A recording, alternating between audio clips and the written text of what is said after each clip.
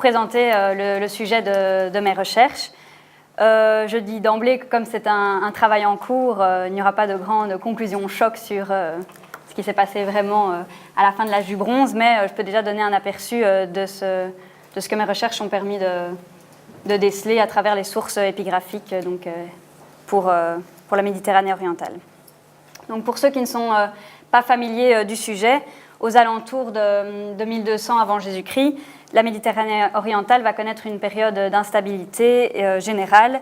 Les grands États et les cités de la région sont la proie de troubles sociaux, issus de crises politiques, économiques, parfois en lien avec des problèmes climatologiques ou environnementaux. On en reparlera.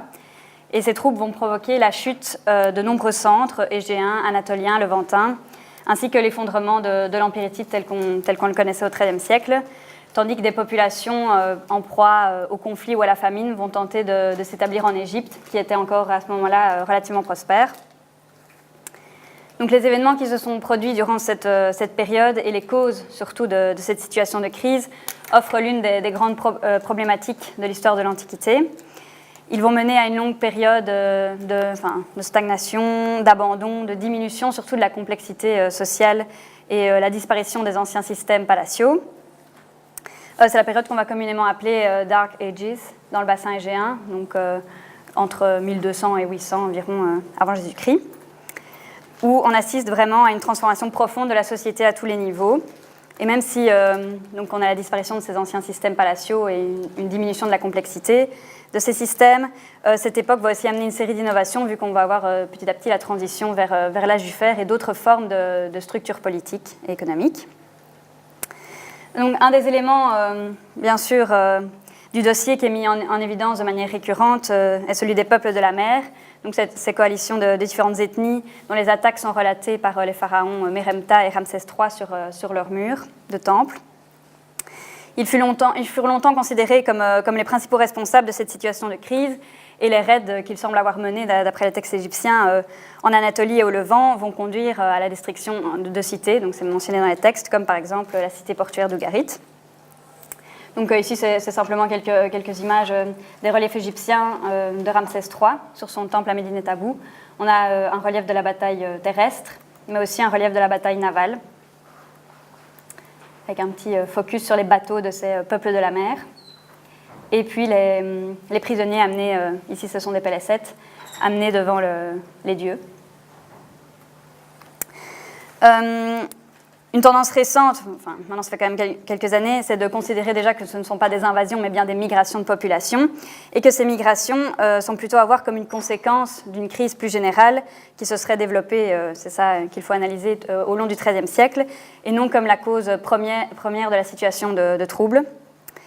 La vision actuelle déjà du phénomène, la vision du phénomène des peuples de la mer est déjà faussée par le fait même que les sources historiques sont principalement égyptiennes et que ces sources sont orientées idéologiquement et sont insuffisantes pour expliquer l'ensemble du phénomène migratoire.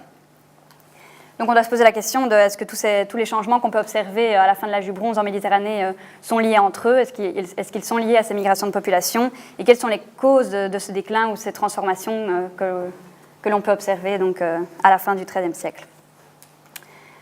Donc brièvement, les régions qui me concernent plus principalement, ce sont 3 régions.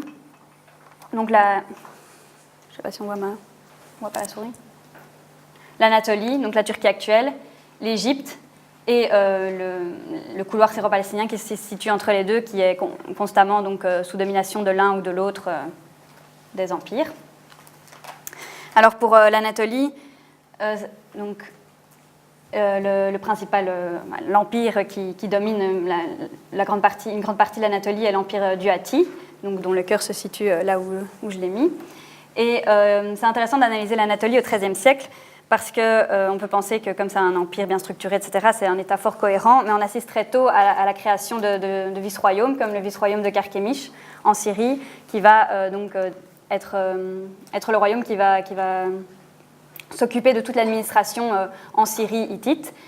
Et également le cas de Taruntasa, qui est un vice-royaume qui va poser problème à la fin du XIIIe siècle également. Donc on assiste vraiment à une fragmentation du pouvoir politique et économique, et une décentralisation surtout du royaume. Taruntassa va d'ailleurs accueillir le couple royal hittite et la capitale va devenir la capitale de l'empire hittite pendant une brève période sous Muwatalli. Donc on a un État fragmenté, plutôt tripartite.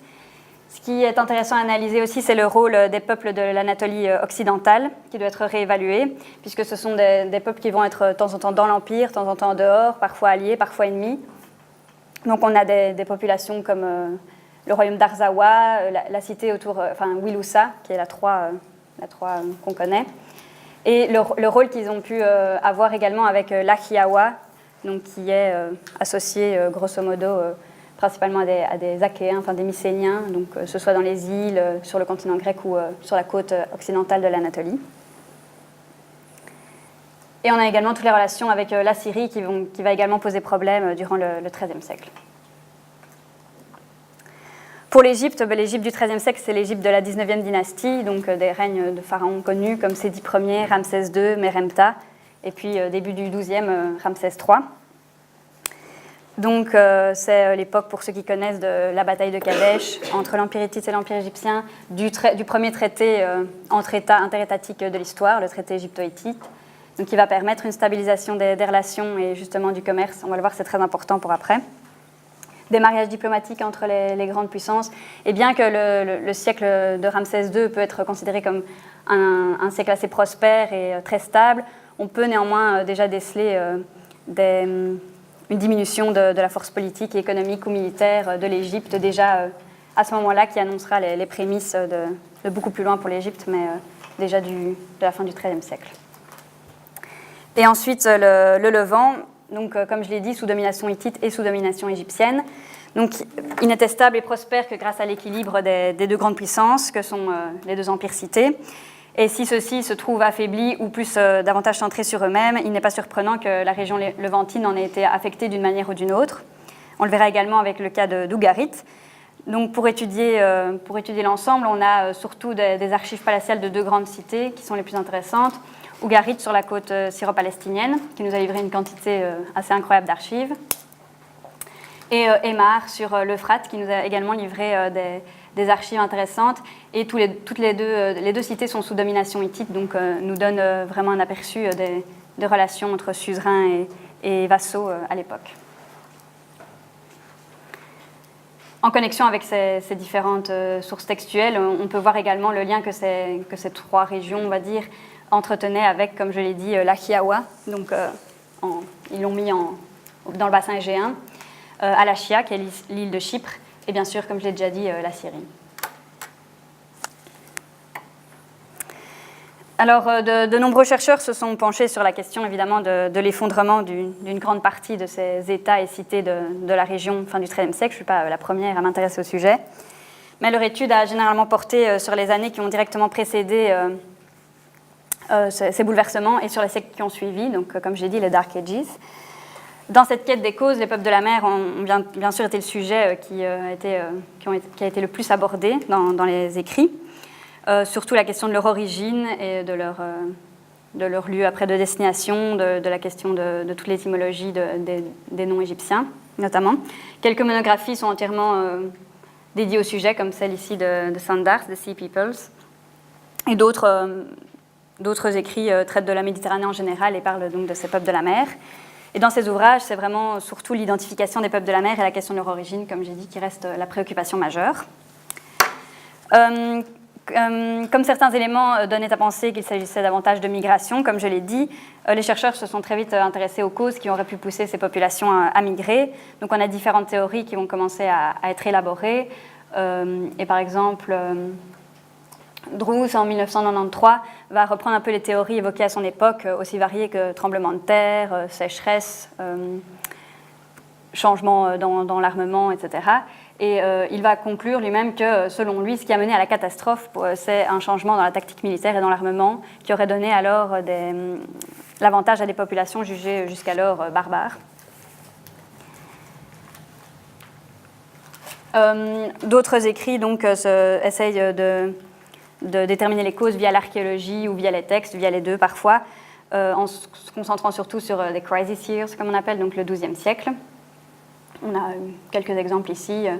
un livre de Ward et Joukowsky en 1992 et un livre de Oren en 2000. Plus récemment encore, on a Asaf Yazur-Lando qui a analysé en profondeur les éléments en lien avec les migrations, en cherchant à dissocier celles-ci des vagues de destruction et d'effondrement des sociétés, donc pas forcément associer le fait qu'il y ait eu des migrations et le fait qu'il y ait eu des destructions dans tout l'ensemble de la Méditerranée orientale. Et encore plus récemment, en 2014, Klein a tenté de dresser une synthèse générale en partant du XVe siècle, je pense, jusqu'au XIIe siècle, donc de la Méditerranée orientale et de ce qui aurait pu causer ces bouleversements. Donc, comme je l'ai dit, différentes théories ont été évoquées, aussi variées que des forces extérieures, des éléments naturels ou climatiques, enfin, des tremblements de terre, des changements climatiques, des innovations technologiques, même parfois des effondrements plus internes des sociétés, avec des théories plus anthropologiques ou sociologiques qui parlent de lutte entre classes ou de différence entre centre et périphérie. Mais il n'y a aucun schéma très cohérent qui est dressé, à part peut-être dans Klein. Et ce qui est surtout à retenir, c'est que c'est sûrement une combinaison de facteurs. Enfin, je ne pense pas être la seule à penser ça de toute façon. Ce n'est pas une théorie une des causes qui aurait pu expliquer l'ensemble du phénomène que l'on observe, mais plutôt une combinaison de facteurs qui, un peu à la manière domino, va entraîner vraiment toute la Méditerranée orientale dans ses bouleversements et ses profondes transformations surtout, plus que effondrement. Parce qu'on parle beaucoup de l'effondrement, mais on ne parle pas beaucoup du fait que c'est surtout une transformation de la société vers autre chose. Oui.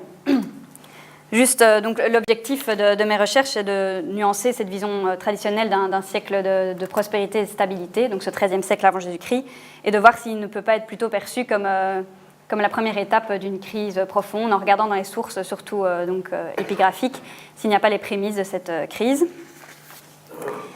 et de rechercher, donc, comme je l'ai dit, les causes plus lointaines des événements via ces textes. Au niveau pratique, c'est une étude renouvelée de sources textuelles en égyptien, akkadien, hittite, parfois ougaritique et louvite quand il le faut, qui peuvent expliquer de manière directe ou indirecte les bouleversements qu'on observe. Le but étant de faire cette étude en amont des recherches précédemment menées, donc sur l'ensemble du XIIIe siècle, pour avoir une vision plus globale au niveau spatial et temporel. Au niveau spatial, puisque j'analyse une grande partie de la Méditerranée orientale, donc pour ne pas me concentrer uniquement sur l'Empire hittite ou sur Ougarite, mais qui me permettra d'avoir une vision beaucoup plus globale, parce que c'est assez clair que le monde de la fin de l'âge du bronze est un monde globalisé, interconnecté, où tous les différents empires et cités sont connectés, que ce soit par des rapports diplomatiques, commerciaux ou même parfois en conflit. Et donc ça n'a pas vraiment de sens d'étudier une partie sans intégrer les données des autres. Et surtout, c'est un monde très interdépendant, c'est-à-dire que, comme je l'ai dit, il peut y avoir un effet domino. S'il y a un problème au niveau de l'Empire hittite, ça se répercute parfois sur ses vassaux dans les différents domaines que j'ai évoqués. Et au niveau temporel, les causes premières peuvent être plus facilement perçues si on analyse donc, en amont l'ensemble du XIIIe siècle, étant donné que, comme David Kaniewski le dit, ça s'apparente plutôt à une longue et complexe spirale de déclin et pas un événement ponctuel qui apparaît soudainement et qui prend quelques années. C'est plutôt, donc, comme je l'ai dit, un faisceau de facteurs qui va mener à une conjoncture entraînant la Méditerranée dans ses bouleversements. Alors, je ne dis pas forcément que mes recherches vont forcément révolutionner la manière de voir la fin de l'âge du bronze ou d'apporter des nouveautés, puisqu'on n'a pas vraiment de nouveaux textes qui sont apparus récemment, à part les textes akkadiens d'Ougarit, des fouilles de 94, qui sont toujours en attente d'être publiés. Normalement, ça devait arriver fin de cette année, j'espère, ou l'année prochaine, parce que je sais qu'il y a des textes qui parlent encore donc, de la fin de l'âge du bronze, et donc ce serait intéressant de pouvoir les intégrer avant que je finisse ma thèse, pour pas que ça contredise tout. Mais je pense que, ce que je souhaite vraiment faire, c'est de revenir au texte, et surtout de ne pas faire dire aux textes ce qu'ils ne disent pas, parce que ça, c'est un peu la spécialité de certains chercheurs, dont je pense à un en particulier. Bon, je ne suis pas la seule à critiquer sa manière de faire, puisque Michael Astour, par exemple, il va avoir une théorie et il va utiliser des fragments de textes pour coller avec sa théorie, en occultant parfois des textes beaucoup mieux préservés, mais qui ne l'intéressent pas dans ses propres hypothèses. Donc moi, je préfère montrer tout ce qui est disponible au niveau sources littéraires et documentaires, même si ça peut parfois être contradictoire ou trop vague. Donc les sources utilisées principalement, vous l'aurez compris, épigraphiques, donc de tout type, puisque Je cherche dans toutes les sortes de textes. On a des inscriptions royales et des annales qui nous renseignent sur des données historiques, mais aussi sur l'idéologie royale. Ici, c'est un exemple de l'inscription de Yalbourt, de Toutralia IV, donc un des derniers empereurs hittites, en louvites hiéroglyphique. On a des traités interétatiques d'égal à égal, comme le traité égypto-hittite, bien connu, ici à gauche. Mais on a aussi des traités entre l'Empire hittite et ses vassaux, comme Ugarit ou comme l'Amurru, qui nous permettent justement d'analyser parfois le degré de dépendance de certains vassaux envers le suzerain ou envers le suzerain envers les vassaux, justement. Des lettres diplomatiques, ça on en a une quantité incroyable. Des correspondances aussi donc, entre États de rang égal, on va dire, donc entre l'Empire hittite, l'Empire assyrien, l'Empire égyptien, mais également entre suzerains vassaux et entre petits États, par exemple, du Levant, entre vassaux entre eux, on va dire. Ici, c'est une lettre, à droite, c'est une lettre bien connue qui parle d'ennemis qui viennent par bateau. C'est celle qui est tout le temps citée quand on parle des peuples de la mer à la fin de l'âge du bronze. J'analyse aussi des textes religieux et mythologiques, donc des rituels, des hymnes, des prières, textes mythologiques et religieux, donc, pour analyser s'il n'y a pas aussi des tendances pessimistes dans ces textes-là qui auraient été écrits ou en tout cas compilés au XIIIe siècle. Ici, par exemple, c'est un exemple à droite d'une prière, on appelle ça prière pour la peste de Mursili II, qui donc à son époque doit faire face à une épidémie de peste, enfin, surtout sous son père, sous Piliouliuma Ier, mais également sous son règne. Et donc il essaie de trouver les causes qui auraient pu amener les dieux à amener cette peste. Mais il parle de toute une série de données historiques de son temps, et on voit un peu des tendances pessimistes qui apparaissent dans ce genre de textes.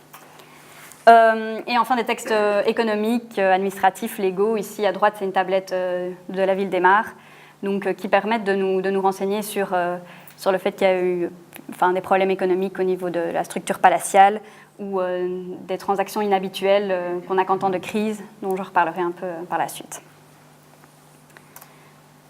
Ici, c'est simplement un tableau qui montre par région les différentes sortes de sources épigraphiques. On voit que, par exemple, dans l'Empire hittite, il n'y a quasi pas de texte économique, il n'y a pas de texte économique ou de texte documentaire, tandis qu'à Ugarit, il n'y a pas d'inscription, mais il y a tout le reste, et en grand nombre. Les sources archéologiques, parce que même si je travaille principalement sur les textes, je ne peux pas faire comme si les sources archéologiques n'existaient pas, dans le sens que je dois intégrer les dernières données récentes sur des sites du Levant, par exemple, ou de Chypre, à ma synthèse, parce que donc, je ne peux pas faire comme si ça n'existait pas, et ça entre totalement en collaboration. Et des données de type environnemental, surtout pour tout ce qui est climat à la fin de l'âge du bronze et conditions climatiques et variations du climat. Donc les différents axes de recherche thématiques qui m'occupent, donc qui peuvent être subdivisés après en différentes sous-thématiques, c'est tout ce qui concerne justement le climat, l'environnement et les problèmes de ravitaillement qu'on va voir. C'est surtout ça que je vais présenter aujourd'hui. La question d'éventuelles famines, de sécheresse, d'épidémies. Tout ce qui est plutôt situation interne des États, donc troubles sociaux, troubles politiques, j'ai déjà dit, décentralisation, affaiblissement du pouvoir, troubles économiques comme la rupture de route commerciale ou l'inflation des prix. Et la situation externe, donc tout ce qui ne dépend pas directement des États, des ennemis, des guerres, des conflits entre États, des mouvements de population, migration, des questions de sécurité. Bien sûr, tout ça est en interconnexion, c'est-à-dire que des migrations peuvent être causées par le climat, par des famines, par la guerre, donc tout est en interconnexion, ça ne s'étudie pas de manière séparée. Juste un exemple pour vous montrer que rien qu'en sur une aire géographique, on retrouve les trois grands axes de recherche, on peut les étudier à chaque fois pour chaque aire géographique. L'exemple de l'Empire hittite, par exemple. On sait déjà très bien qu'il y a eu des problèmes de ravitaillement à la fin du XIIIe siècle pour l'Empire hittite, qui était très dépendant des autres, de l'import de grains. Il y a la question d'une famine potentielle, donc, que je vais présenter. Et donc, l'Empire hittite dépendait de villes comme Ugarit ou comme Mukish, donc, qui sont dans son empire en Syrie, et de villes comme la ville d'Oura, qui était le port principal sur la Méditerranée. Justement, il y aura toute la question du fait que comme Taruntassa va être un peu en compétition et il y aura un moment deux grands rois, un à Taruntassa, un à Tussa, ça va poser problème puisque Oura est le port principal donc pour ce commerce de grains. Il y a également le pays Luca qui est aussi sur le bord de la Méditerranée et qui sont plutôt des pirates qui ne sont pas intégrés à l'Empire. Donc on peut vraiment voir déjà que l'Empire hittite, il est, du point de vue maritime, il n'a pas vraiment de côte méditerranéenne propre à lui, avec Taruntassa un petit peu, mais justement quand Taruntassa va se désengager un peu de l'Empire, on aura vraiment un problème à ce niveau-là. Et Ugarit qui se désengage progressivement aussi vis-à-vis de l'Empire, ça va vraiment poser problème puisqu'ils sont un peu isolés là, tout en haut, au centre de l'Anatolie. Pour ce qui est de situations plus internes, j'en ai déjà parlé, des engagements des vassaux comme Ugarit, les États semi-indépendants de l'Ouest qui posent parfois problème, comme j'ai dit, parfois amis, parfois ennemis. Le rôle de Taruntassa, j'en ai déjà parlé, et le rôle de Carchemish comme vice-royaume à analyser. Et pour ce qui est plus situation externe, toujours ces peuples de l'Anatolie occidentale, en combinaison parfois avec l'Achiawa, les Gazga au nord, qui sont des tribus nomades qui ont toujours menacé l'Empire hittite, et la Syrie, puisque le XIIIe siècle, c'est le siècle de la guerre entre la Syrie également et l'Empire hittite. Alors on va entrer un peu plus concrètement dans le vif du sujet, en vous présentant le dossier sur les problèmes de ravitaillement et la question d'une éventuelle famine, parce que c'est le dossier sur lequel j'ai le plus travaillé et qui permet en fait d'intégrer différents types de données, aussi des données scientifiques de type environnemental. Alors il n'est pas complètement terminé justement parce que j'espère avoir encore la publication de ces derniers textes d'Ugarit qui parlent, je sais que ces textes parlent parfois d'importation de grains et de problèmes de famine, donc vous aurez quand même un aperçu de ce qui est possible déjà aujourd'hui. Donc certains chercheurs ont très tôt suggéré un lien causal entre la détérioration du climat qu'on peut observer, on le verra en Syrie méditerranéenne, à Chypre également, le déclin dans la production céréalière qu'on peut observer également, et l'effondrement de l'âge du bronze, théorie déjà formulée par Carpenter, reprise par Weiss, donc c'est pas nouveau. Mais on n'a pas de source écrite du XIIIe siècle qui mentionne textuellement des changements climatiques, des variations climatiques, ou une sécheresse écrite noir sur blanc, il y a eu la sécheresse dans ce pays-là. Mais des informations sont en lien avec la production alimentaire, le manque de nourriture, le manque de grains, les famines et des migrations de population qui peuvent être liées à cela. Alors au niveau des textes, on a des textes d'un peu partout d'ailleurs, Ugarit, donc en ugaritique et en acadien. L'acadien était la langue qui était utilisée surtout pour les échanges entre États. Donc, quand on parlait à l'Empire hittite, Ugarit qui écrit une lettre à l'Empire hittite va toujours écrire en acadien. L'ugaritique, c'est plus pour au sein même du royaume. Donc, comme j'ai mentionné, 7 potentiels nouveaux textes, puisque j'ai eu accès au catalogue qui mentionne la nouvelle publication qui doit arriver en disant ça peut peut-être parler de grains ou de famine, mais donc je n'ai pas encore accès au texte, donc je ne sais pas du tout à quoi ça peut mener. Des textes hittites, il y en a 5, une inscription égyptienne de Meremta, et pour Aymar, environ une trentaine de textes, mais qui ont tous la même formule, et ça, c'est un cas un peu à part qu'on va voir. Donc, au niveau des textes d'Ugarit, principalement, donc, ils ont été trouvés sur le tel principal, qui est Ras Shamra, mais également dans la zone portuaire du sud, Ras Ibn Ani, où là on a trouvé donc 2 palais de l'âge du bronze du XIIIe siècle qui, certains chercheurs disent que c'est un peu la résidence d'été des souverains ugaritiques qui auraient été un peu à la mer en villégiature. En tout cas, on a trouvé des archives également dans cette zone portuaire. Pour ce qui est du tel principal, on a retrouvé des archives dans le palais principal, mais également dans des maisons privées, comme par exemple la maison d'Ourtenou, qui a fait l'objet des fouilles les plus récentes et dont on attend toujours la publication des derniers textes, depuis 1994. Alors ici, je vais vous présenter certains textes bien préservés parce que je ne pense pas que c'est très intéressant de vous montrer tous les textes fragmentaires où il y a juste le mot grain ou empire hittite ou garite juste écrit comme ça. Donc après, je conclurai sur l'ensemble. Et mes traductions sont volontairement assez littérales pour justement ne pas déjà extrapoler à ce stade, mais plutôt vraiment voir ce que le texte dit. Alors la première lettre, RS c'est pour Ras Shamra, donc Ugarit, c'est une lettre de l'empereur hittite à Hammurapi. Hammurapi c'est le dernier souverain ugaritique, donc on peut considérer que l'empereur hittite à ce moment-là était donc le dernier empereur hittite, Suppiluliuma II. Et elle dit, message du soleil à Hammurapi, dit, pour le soleil tout va très bien. En présence du Père du Soleil, ton Père, son serviteur, a effectivement séjourné, car il était un serviteur, son bien personnel, et il a évidemment protégé son Seigneur. Et à mon Père, le grain n'a pas été manquant. Donc là, il parle d'une période antérieure où le père du roi d'Ugarit était un bon vassal. Il fournissait en grain, apparemment, puisqu'il parle de protection et puis de grain directement, il fournissait en grain l'empereur hittite et il n'y avait pas de problème. Bon, j'ai enlevé les passages qui ne correspondaient pas trop avec le sujet. Maintenant, tu appartiens au soleil, ton Seigneur, tu es un serviteur, son bien personnel, et ainsi tu as envoyé au soleil, ton Seigneur, un message concernant la nourriture, à savoir que de nourriture, il n'y a pas dans ton pays. Donc, il semble ici que l'empereur hittite mentionne la mention de protection et puis directement après le fait que le grain n'a pas été manquant, comme si vraiment le fait de fournir du grain était une des obligations en fait, de son vassal, au même titre que des obligations militaires. C'était une forme de protection de son suzerain que de fournir du grain. Le roi d'Ugarit semble ici dire qu'il n'a pas de grain dans son pays. C'est ce qu'on lit dans la lettre, donc ça doit être une lettre précédente qui dit ça. Donc on peut se poser la question, est-ce que Ugarit subissait un manque de nourriture, voire une famine?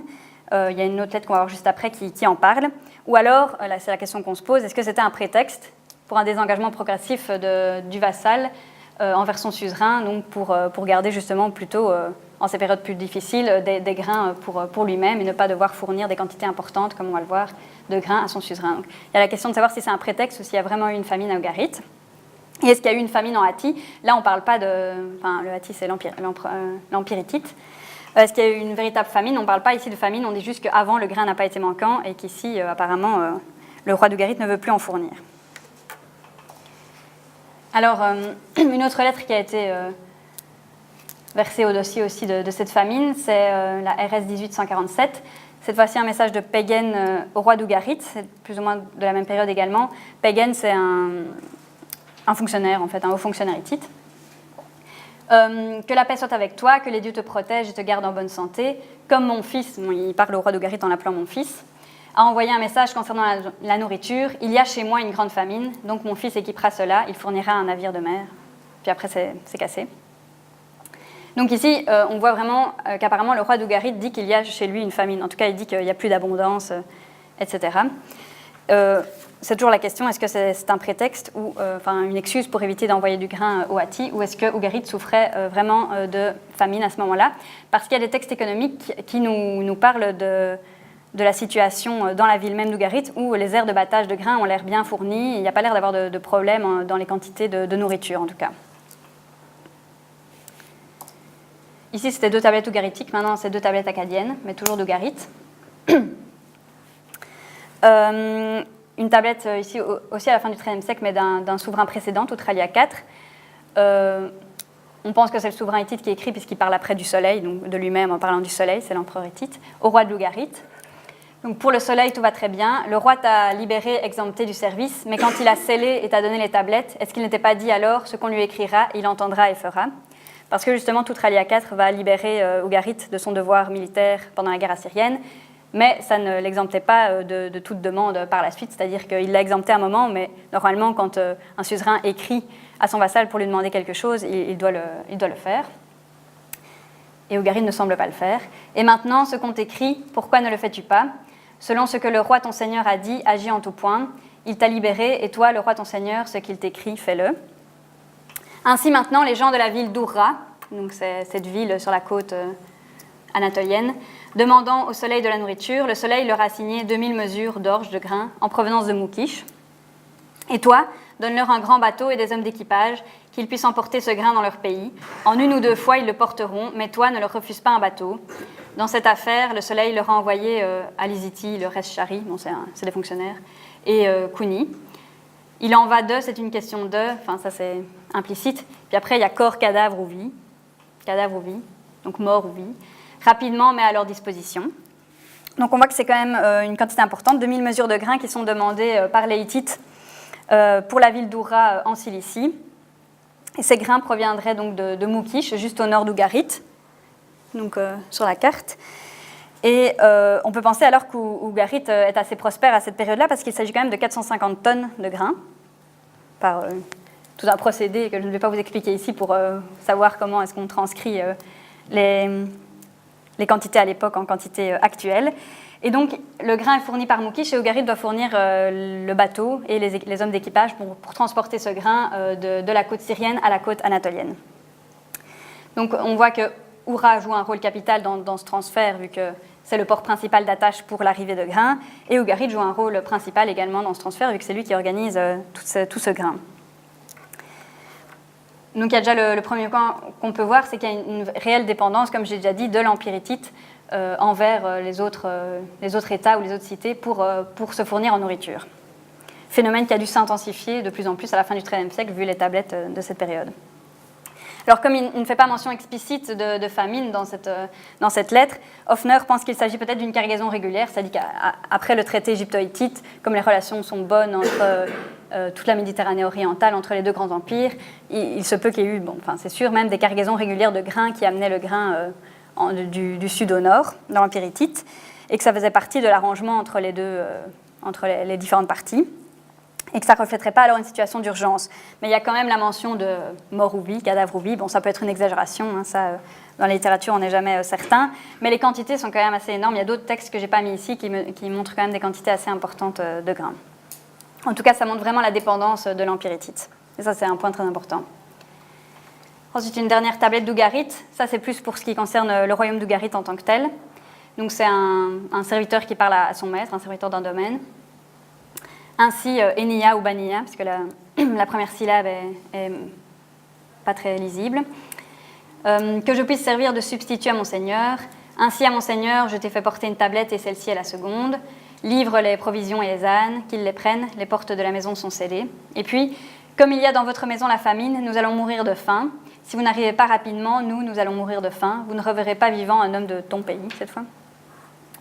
Alors, comme c'est une lettre plus... on va dire, au sein du royaume même d'Ugarit entre un serviteur et son seigneur, certains ont pensé que ça relevait plus de l'anecdotique, c'est-à-dire un établissement qui souffrait de famine, soit dû à une mauvaise gestion ou dû au fait que le seigneur ne s'occupait plus de son exploitation.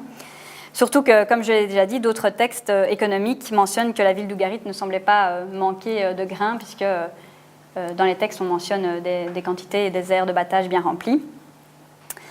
Certains ont évoqué le fait que peut-être la ville d'Ugarit était prospère, mais que les campagnes avoisinantes étaient plus affamées. Alors, au niveau des textes hittites trouvés donc, dans la capitale, à Hattusa, on a quelques lettres, mais vraiment pas beaucoup d'informations. La première, au niveau chronologique, c'est KUB 2138, qui est une lettre de la reine Pudukhepa à Ramsès II. Donc, Pudukhepa, c'est la reine de Hattusili III. Hattusili III et Ramsès II sont les deux partenaires du traité égypto-hittite. Et là, en fait, elle va marier sa fille au pharaon, et elle parle de la dot. Elle dit concernant le fait que j'ai écrit à mon frère comme suit: quels prisonniers de guerre, bœufs et moutons devrais-je donner à ma fille comme dot dans mes pays, elle dit dans mes pays, mais c'est dans son pays, dans son empire, quoi. Je n'ai même pas de grains de céréales. Donc apparemment, déjà à cette époque-là, depuis le traité égypto-hittite, elle comptait sur l'Égypte pour la fournir également en grains, puisque l'Égypte a toujours été le grenier à blé de d'autres pays. Donc, vous voyez, on n'a pas des masses de renseignements, ce n'est pas des lettres très fournies qui mentionnent vraiment toutes les causes d'un manque de grains, etc. Une autre lettre qui est KUB 334, je n'ai pas mis d'exemple de traduction, mais ça parle de l'envoi d'un prince hittite en Égypte, justement, pour superviser l'envoi de grains dans l'Empire hittite, donc de l'Égypte vers le Hatti. Et ce qui est intéressant dans ce cas-là, c'est que le pharaon va envoyer, en plus de cet envoi de grains, il va envoyer 3 experts en eau, en puisage de l'eau. Et on peut se poser la question de pourquoi, parce que les systèmes sont très différents. En Égypte, ils dépendent beaucoup du Nil, donc l'irrigation de leurs terres se fait via les crues du Nil, tandis qu'en Anatolie, c'est beaucoup plus une culture à la pluie, où ils attendent les précipitations donc, pour leur agriculture. Donc certains ont pensé qu'il y avait peut-être déjà une sécheresse qui commençait, ou des conditions plus arides, en tout cas en Hatti, qu'il y avait un déclin de précipitation, et que du coup les Hittites pensaient à d'autres manières de capter l'eau, peut-être par les rivières justement, au lieu de dépendre continuellement des précipitations. Et ça peut être corroboré par la découverte récente d'un barrage à Alaçaoyuk, c'est en Turquie actuelle, donc en Anatolie, daté de Tutralia IV, donc un des derniers souverains hittites, qui serait peut-être corroborerait peut-être cette théorie. Et une dernière lettre de l'Empire hittite, j'ai juste sorti la phrase comme ça parce que je n'avais pas parlé de toute la lettre, où c'est un homme qui parle donc au souverain, à un vassal ou en tout cas à un subordonné, en lui disant « Ne sais-tu pas, mon fils, c'est pas forcément des liens de parenté, mais c'est un degré moindre, un subordonné. Mon fils, ne sais-tu pas donc qu'il y a une famine dans mon pays ?» Et la lettre parle de cargaison de grains toujours qui doivent arriver à la ville de Urra. Il semble que le destinataire ait différé ou refusé cet envoi de grains qui semblait vital pour l'Empire hittite.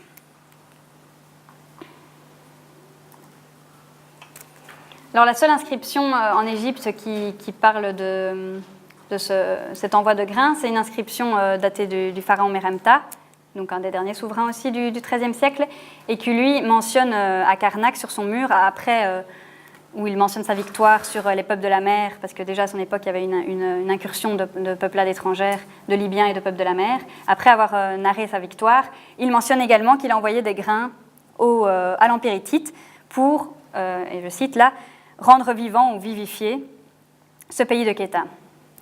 Donc ça c'est juste la seule mention qu'on a des textes égyptiens, et puis on sait très bien que parfois les pharaons aiment bien se donner le beau rôle, et j'ai sauvé donc l'Empire hittite, ça fait toujours très bien. Donc ça c'est ce qu'on peut dire vraiment de la Méditerranée orientale en tant que telle. Si on va voir du côté des mares, qui peut être intéressant aussi, on assiste également à on trouve aussi des textes qui parlent de problèmes de nourriture, mais dans un autre contexte, comme on va le voir, plus en micro-contexte, juste sur la ville, puisque à Ugarit et à tout ça, c'était plutôt de la correspondance que je vous ai montré, tandis qu'ici, ce sont surtout des transactions et des contrats qui vont mentionner des problèmes. On a 32 textes sous Pilsou Dagan, c'est un des souverains de la moitié du XIIIe siècle, qui vont toujours avoir la formule « année d'épreuve et ou de guerre », donc c'est des années de problèmes en tout cas, où on a dans ces textes la mention de vente de personnes en servitude, dont les enfants. Donc, c'est-à-dire que les parents vendent leurs enfants, leurs frères, leurs sœurs, parfois même eux en servitude. Donc on peut se demander si c'est une transaction habituelle de la ville des mares ou même du Proche-Orient, mais c'est en fait une transaction très inhabituelle, due sans doute aux circonstances, puisque ces années d'épreuve ou de guerre correspondent au siège de la ville par les troupes ourites notamment. Et c'est vraiment toujours en corrélation avec ce siège de la ville et cette guerre que l'on voit toujours ces mentions de vente de personnes en servitude. Et dans ces mêmes textes, on voit que petit à petit, il est noté à chaque fois, c'est l'année où telle quantité, un shekel, donc c'est la monnaie si on veut, même si le terme de monnaie n'est pas approprié, achète 300 culs de grains. Et donc on voit qu'il y a de plus en plus une inflation des prix du grain, mais énorme, c'est presque diminué par 100.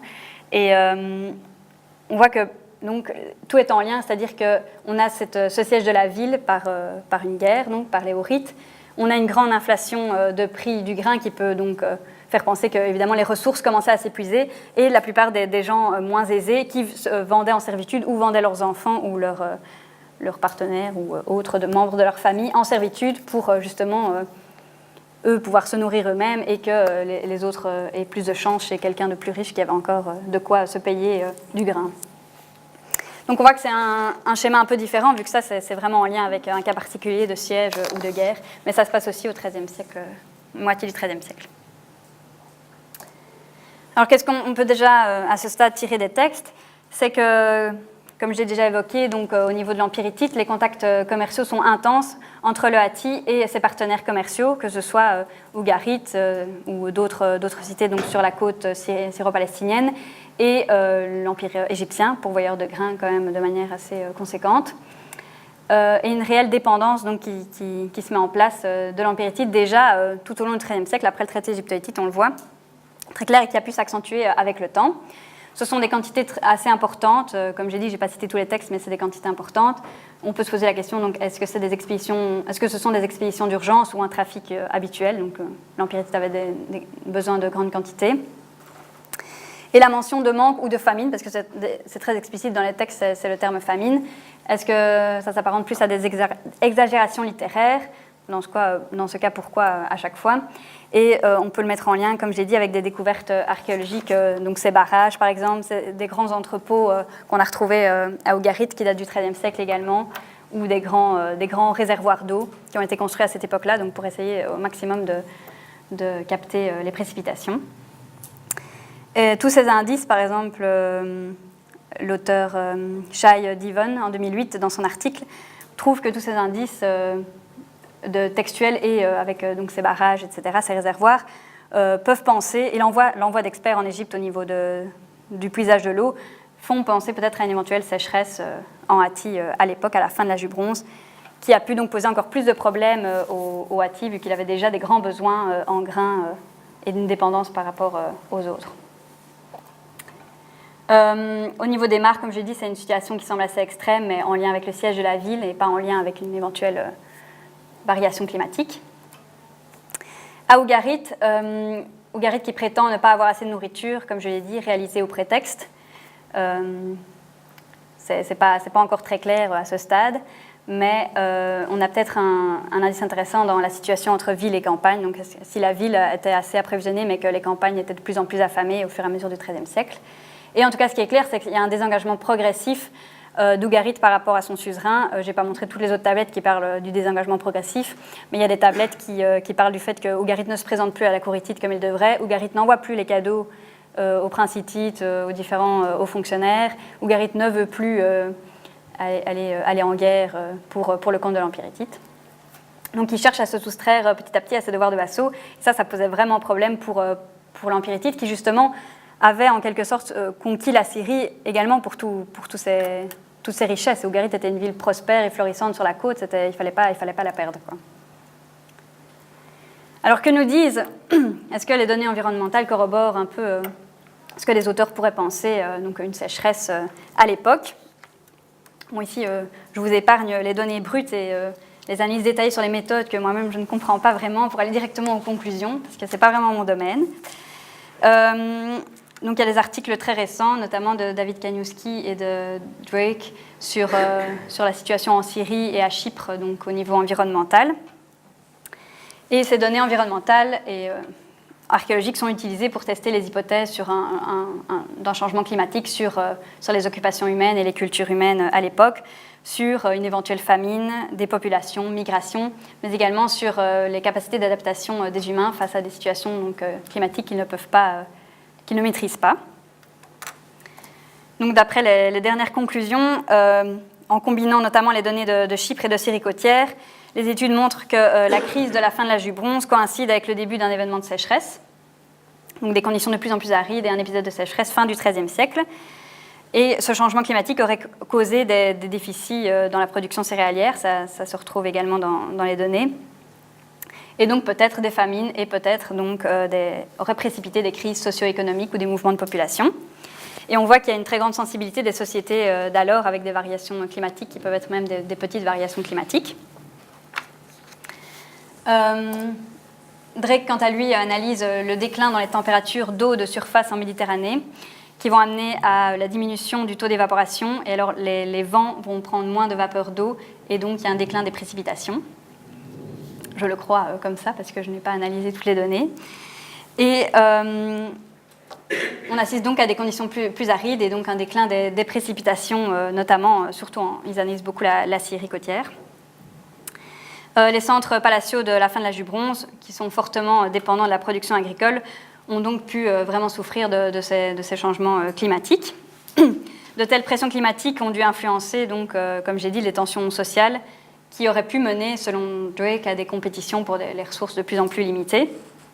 On l'a vu avec le fait qu'Ougarit ne veulent pas donner son grain, c'est peut-être qu'il voulait le garder aussi pour lui, s'il voit les conditions climatiques changer ou s'il a plus de problèmes, il n'a pas envie de donner tout à son suzerain, mais plutôt de garder sa propre production et la production de l'Égypte qui transitait par Ougarit. Donc, comme il le dit bien, Drake, le changement climatique a pu influencer l'effondrement des systèmes de société complexes.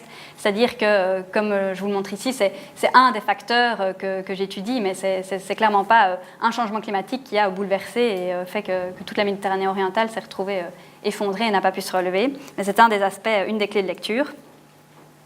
Tout comme ce changement climatique a pu donc influencer les abandons urbains, les migrations longue distance que l'on observe. Selon Drake, donc, ces baisses de température d'eau de surface en Méditerranée est un événement en fait de basse magnitude, comme il l'appelle, mais qui a pu avoir un impact important au niveau des sociétés humaines, c'est-à-dire que ce n'est pas directement proportionnel, le fait qu'un événement au niveau climatique soit de haute importance ou de basse importance, avec l'impact que ça peut avoir sur les sociétés ou comment elles s'adaptent à ces changements climatiques, puisque, comme il le dit, ces sociétés complexes et interconnectées avaient aussi des vulnérabilités complexes et interconnectées. Donc, comme je l'ai dit, par effet de dépendance et de domino, tout peut très vite s'effondrer. Et selon lui, s'ils ne se sont pas adaptés, pas tous, parce qu'on verra qu'il y en a qui s'adaptent, c'est parce que le changement a été assez brusque. Si on termine avec un petit lien avec les migrations et les données d'un site qui a été fouillé en Syrie côtière, dans le sud du royaume d'Ougarit, à la frontière sud, c'est le site de Jibalat El Touaini, qui est un centre commercial assez prospère, localisé, donc, comme je l'ai dit, à la frontière sud d'Ougarit, et qui nous a livré une archéologie intéressante parce qu'elle offre des strates datées au carbone 14 et une couche de destruction assez bien marquée, avec après un rétablissement de l'âge du fer. Et en même temps, donc, les différentes données de type... en ce qui concerne le climat, donc des données paléo-environnementales, ont montré qu'il y avait en même temps une période sèche en Syrie côtière, un déclin de l'agriculture et qui aurait pu provoquer un manque de nourriture. Donc tout est en lien, quoi, les événements, les migrations ou les changements de population, comme on le verra, avec ce manque de nourriture.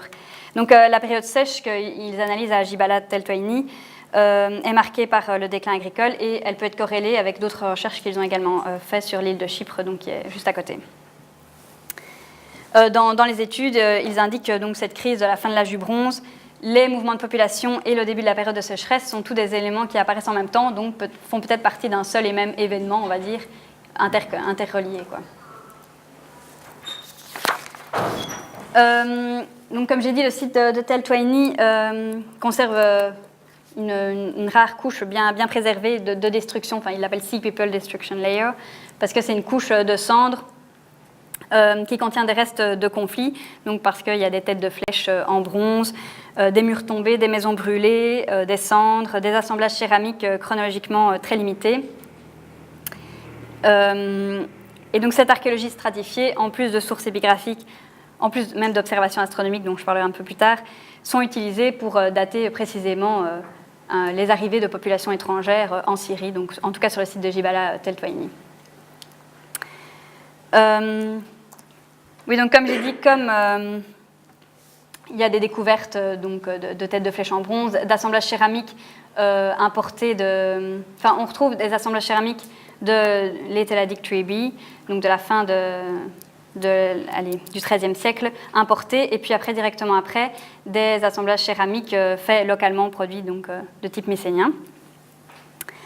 Ils en ont réussi à conclure que ça ne pouvait être qu'une arrivée de nouvelles populations de type égéen sur le site, vu qu'on a vraiment la couche de l'âge du bronze, la couche de destruction, et puis un nouveau type d'assemblage céramique et un établissement de l'âge du fer, dont je vais reparler. Donc en contrastant toutes ces données, ils ont conclu que ça ne peut être que ces peuples de la mer, ou en tout cas donc, des populations, des colons étrangers qui sont arrivés donc, sur le site. Et ce matériel apparemment est commun avec des établissements philistins plus au sud du Levant, puisqu'ici on est quand même assez au nord du Levant, et que ce sont des marqueurs culturels vraiment typiques, selon eux, donc, de colons étrangers, donc les peuples de la mer, selon eux, puisqu'ils le datent de ça. Les résultats donc, de tout ça au carbone 14, les données archéologiques, vont donner une date très précise. Ils datent le phénomène de société entre 1194 et 1190. Et avec une éclipse solaire qu'ils arrivent à dater du 21 janvier 1192, donc qui est mentionnée dans une tablette ougaritique, ils arrivent encore à restreindre l'arrivée de population entre 1192 et 1190. Donc ils arrivent à dater précisément l'arrivée, en tout cas, de colons étrangers en Syrie côtière, au nord Levant, entre 1192 et 1190, ce qui est quand même pas mal. Donc... je vais conclure puisque le temps avance.